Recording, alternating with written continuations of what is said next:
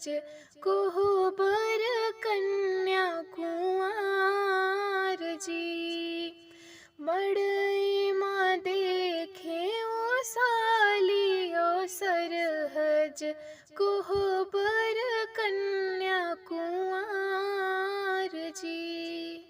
भैले बियाह चले बर कोहबर पूछे सब परिवार जी। बोलो नाए धन हमसे बताओ कौन है अम्मा तोहार जी।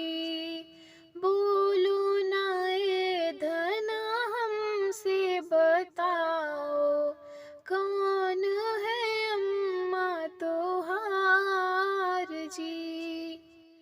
जिकरे अखिया स्वामी आस ढूरत है वही है अम्मा हमार जी।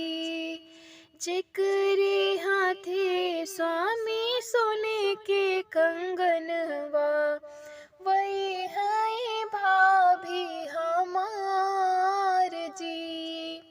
जिकरे हाथे स्वामी सोने के कंगनवा वही है भाभी हमार जी। जिकरे हथवा स्वामी पा